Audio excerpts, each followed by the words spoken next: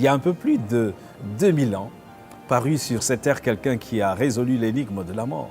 Avant et après sa mort, le Christ a parlé avec assurance sur ce thème.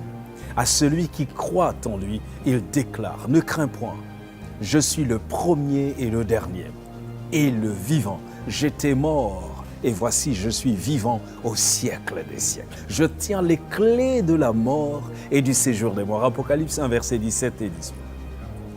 Aujourd'hui, il faut se secouer de ces croyances transmises par nos traditions et saisir la grande espérance que nous donne Dieu. Ces croyances qui ont amené plus d'une personne à investir pour les morts au lieu de s'occuper des vivants, à craindre la mort, il faut les faire.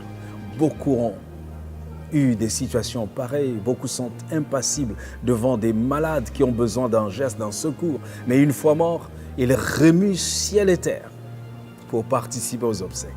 Cela déplaît fortement à Dieu. C'est une idolâtrie. Même si la douleur de la séparation avec un être cher reste encore vive, nous devons ouvrir nos cœurs à Dieu et croire en le matin radieux de la résurrection. Ah oui, même quand tu ne sembles pas sentir Dieu, il est là tout près de toi, te rassurant qu'un jour, si tu crois en lui, tu reverras ceux que la mort a arrachés. La seule condition pour avoir la vie éternelle et revoir nos chers disparus qui ont cru, c'est de croire en Jésus et de sceller alliance avec Dieu par le baptême, par immersion, comme eux ou comme elle.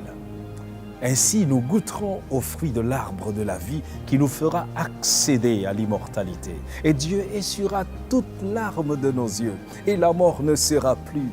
Jésus te dit dans Jean 11, verset 25, « Je suis la résurrection et la vie. Celui qui croit en moi vivra, quand même il serait mort.